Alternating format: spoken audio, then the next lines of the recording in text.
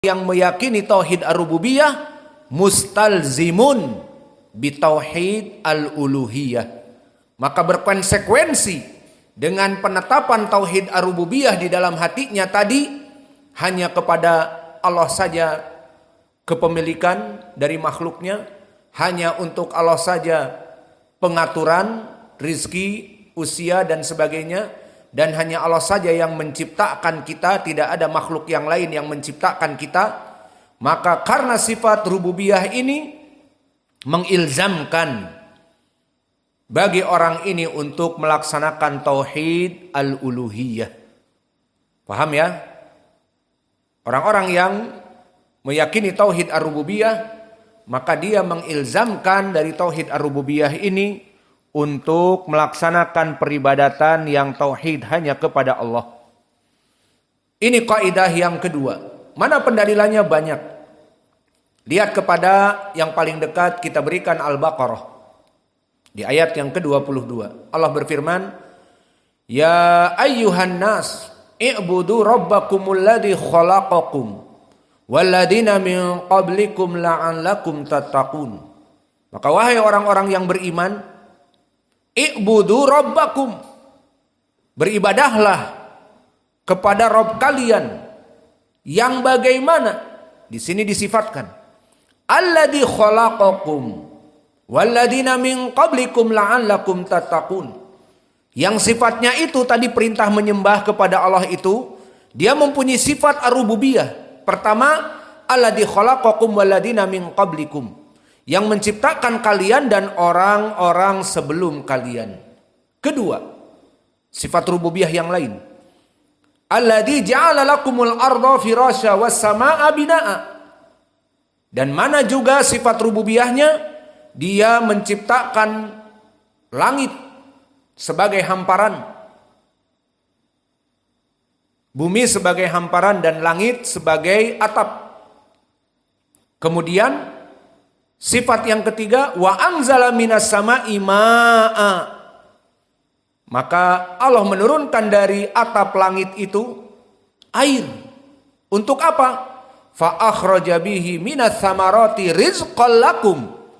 Yang tujuannya langit yang berupa atap itu menyirami hujan kepada bumi yang menjadi hamparan, tumbuhlah tanaman-tanaman yang bisa dijadikan sumber rizki, baik secara langsung seperti buah-buahan, ataupun kacang-kacangan, ataupun umbi-umbian seperti kentang, kacang-kacangan seperti ma'ruf kacang, ataupun yang lainnya seperti bawang, cabai, pedas nyebutnya, cabai dan sebagainya. Maka ini semua bisa langsung dimakan. Ataupun seperti pohon karet, pohon sawit, sumber rizki, meskipun tidak bisa langsung dimakan. Maka ini semua sumber rizki yang Allah rizkikan kepada kalian. Setelah menyebutkan sifat rububiyah yang banyak ini, pertama tadi apa? Wahai manusia, sembahlah Allah yang Allah menciptakan kalian dan sebelum kalian. Kemudian Allah menjadikan bumi sebagai hamparan dan langit sebagai atap. Kemudian dijadikan langit itu menurunkan air, dan bumi yang terhampar mengeluarkan buah-buahan, tanam-tanaman sebagai rizki kalian. Ini penetapan tauhid rububiyah. Lalu apa setelah itu? Allah berfirman, fala taj'alu lillahi andada wa antum ta'lamun.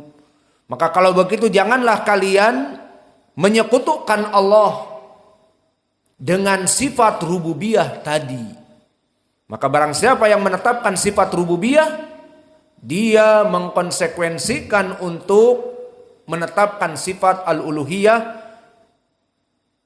the worship straight to Allah. He is the one and only. Maka segala ibadah hanya diberikan kepada Allah, dan dia adalah zat satu-satunya yang berhak untuk diibadahi. Ini salah satu contoh di dalam surat Al-Baqarah. Maka syahidnya di sini Amara rabbuna bi ibadatihi wahdahu ay bi tauhid al-uluhiyah ilzaman min sifatihi rububiyah li khalqihi. Maka Allah memerintahkan di akhir ayat tadi, fala taj'alu lillahi angdadan, diperintahkan beribadah hanya kepada Allah dan jangan menyekutukan, menjadikan kongsi-kongsi, bercollaboration dalam ibadah kepada Allah dan kepada selainnya, berserikat, tidak boleh. Perintah ini kenapa? Amara rabbuna bi ibadati wahdah, dengan tauhid al-uluhiyah. Kenapa? Ilzaman, karena konsekuensi min sifatihi ar-rububiyah li khalqihi, karena sifat rububiyah pada hamba-hambanya. Maka lihat di dalam ujung ayat ini, fala taj'alu lillahi angdadan, perintah untuk tidak melaksanakan kesyirikan ibadah kepada Allah. Setelah apa? Di ayat sebelumnya disebutkan, karena Allah yang menciptakan kita dan sebelum kita, karena Allah yang menjadikan bumi terhampar dan langit sebagai atap dan menurunkan dari atap langit air agar tumbuh yang di bumi menjadi makanan bagi kalian. Ini semuanya sifat rububiyah. Maka sifat rububiyah mengilzamkan kepada seseorang untuk melaksanakan tauhid al-uluhiyah. Maka oleh sebab itu ditafsirkan oleh Imam Ibnu Katsir di dalam tafsirnya dari ayat ini. Maka dikatakan oleh Imam Ibnu Katsir, wa madmunuhu annahul khaliqur raziqul malikud dar wa sakinuhum wa raziquhum fa bihada yastahiq an ya'budu wahdahu la syarikaha bihi ghairuhu. Maka karena sifat Allah yang menciptakan dan pemberi rizki dan yang memiliki semua yang ada di langit dan di bumi ini, dan dia yang memberikan rizki kepada mereka yang ada di langit dan di bumi, maka dengan sifat rububiyah ini semua dia berhak untuk disembah tanpa ada perserikatan dengan ilah-ilah yang lainnya. Bismillah.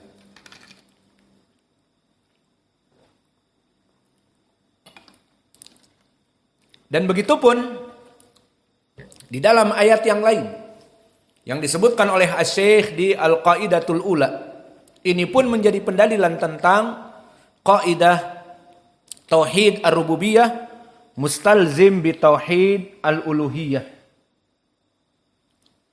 Yang mana di dalam surat Yunus Allah berfirman ayat ke-31, qul may yarzuqukum minas sama'i wal ard amma yamliku sam'a wal absar wa may yukhrijul hayya minal maiti wa yukhrijul mayyita minal hayy wa man yudabbirul amra fasayaquluna Allah faqul afala tattaqun.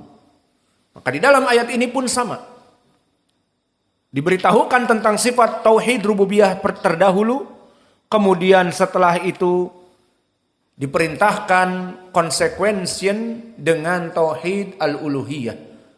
Maka di ayat disebutkan, qul, katakanlah wahai Muhammad kepada orang-orang kufar Quraisy. Di sini ilzamnya kufar Quraisy. Kenapa mereka kafir, musyrik? Karena mereka mengetahui hanya Allah yang menciptakan mereka, namun tidak konsekuensi, tidak mengilzamkan ibadah hanya kepada Allah. Mereka beribadah kepada patung-patung, kepada pohon-pohon, dan kepada yang lainnya.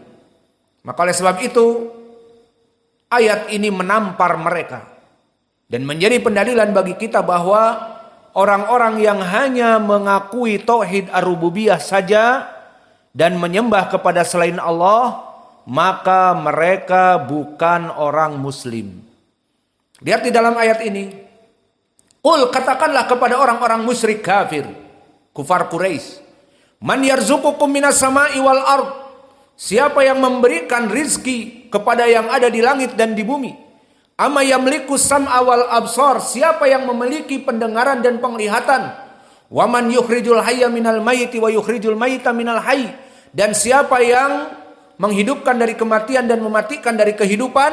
Wa man yudabbirul amra, dan siapa yang mengatur makhluk-makhluk yang Allah ciptakan itu sehingga matahari tidak berbenturan dengan rembulan, malam tidak berbenturan dengan siang, dan semuanya teratur. Semua manusia diberikan rizki-rizkinya. Tidak ada yang dilahirkan dan mati kelaparan. Waman yudabbirul amra, siapa yang mengatur alam raya ini semuanya? Dikatakan oleh kufar Quraisy, fasayaquluna Allah. Mereka pasti akan mengatakan Allah. Namun Allah mensmash mereka dengan sebutan faqul afala tattaqun. Maka katakan kepada mereka, wahai Muhammad, afala tattaqun. Lalu kenapa mereka tidak beriman dan bertakwa kepada Allah? Kalau memang mengetahui Allah yang menciptakan mereka, memberikan rizki kepada mereka, lalu kenapa mereka menyembah Lat, Uzza, Manah, dan Hubal, dan 360 dari patung-patung yang ada di Ka'bah? Kenapa? Karena mereka tidak mengkonsekuensikan antara tauhid ar-rububiyah dengan tauhid al-uluhiyah. Maka ini makna kaidah dari at-tauhid ar-rububiyah yastalzimu bitauhid al-uluhiyah. Bahwa tauhid ar-rububiyah mengkonsekuensikan tauhid al-uluhiyah bagi orang yang mempunyai tauhid ar-rububiyah. Maka oleh sebab itu Imam Ibnul Qayyim rahimahullah, muridnya Imam Ibnu Taimiyah, menyebutkan di dalam kitabnya Bada'iul Fawaid di mujallad yang pertama halaman 117, falamma kanu mukirrina bihada kullahu hina al-ihtijaj bihi alaihim anna fa'ila hada huwa Allah alladzi la ilaha ghairuhu fa kaifa ya'buduna ma'ahu ghairuhu wa yaj'aluna lahu syuraka la yamlikuna syai'an min hada wa la yastati'una fi'la syai'in minhu. Maka di saat di dalam surat Yunus di akhirnya mereka mengatakan fasayaqulunallah faqul afala tattaqun. Maka kenapa di saat mereka menetapkan siapa yang menciptakan langit dan bumi dan sebagainya? Allah. Kemudian dikatakan oleh Allah afala tattaqun, lalu kenapa kalian menjadikan patung-patung untuk disembah? Lat, Uzza, Manah, dan Hubal, yang mana mereka tidak mampu untuk memberikan manfaat dan madarat. Dan berkata Imam Ibnu Katsir di tafsir ayat ini juga, ucapan Allah afala tattaqun ay afala takhafuna minhu an ta'budu ma'ahu ghairuhu bi araikum wa jahlikum. Mana dari afala tattaqun di akhir ayat surat Yunus tadi? Di saat mereka orang-orang kufar Quraisy menetapkan tauhid ar-rububiyah, dikatakan fasayaqulunallah, Allah yang menciptakan kami, Allah yang memberikan rizki kepada kami, Allah yang mengatur kami dan makhluk-makhluk yang lainnya. Dikatakan oleh Allah afala tattaqun, lalu kenapa kalian tidak bertakwa? Kata Imam Ibnu Katsir, afala takhafuna minhu, lalu kenapa kalian tidak takut kepada dia, Allah? Anta'budu ma'ahu ghairuhu, dan bahkan kalian malah melaksanakan peribadatan kepada Allah dan yang lainnya, bi araikum wa jahlikum, dengan pendapat kalian yang bodoh.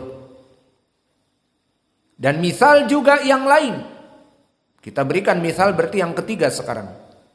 Contoh tentang barang siapa yang menetapkan tauhid ar-rububiyah maka mengilzamkan tauhid al-uluhiyah.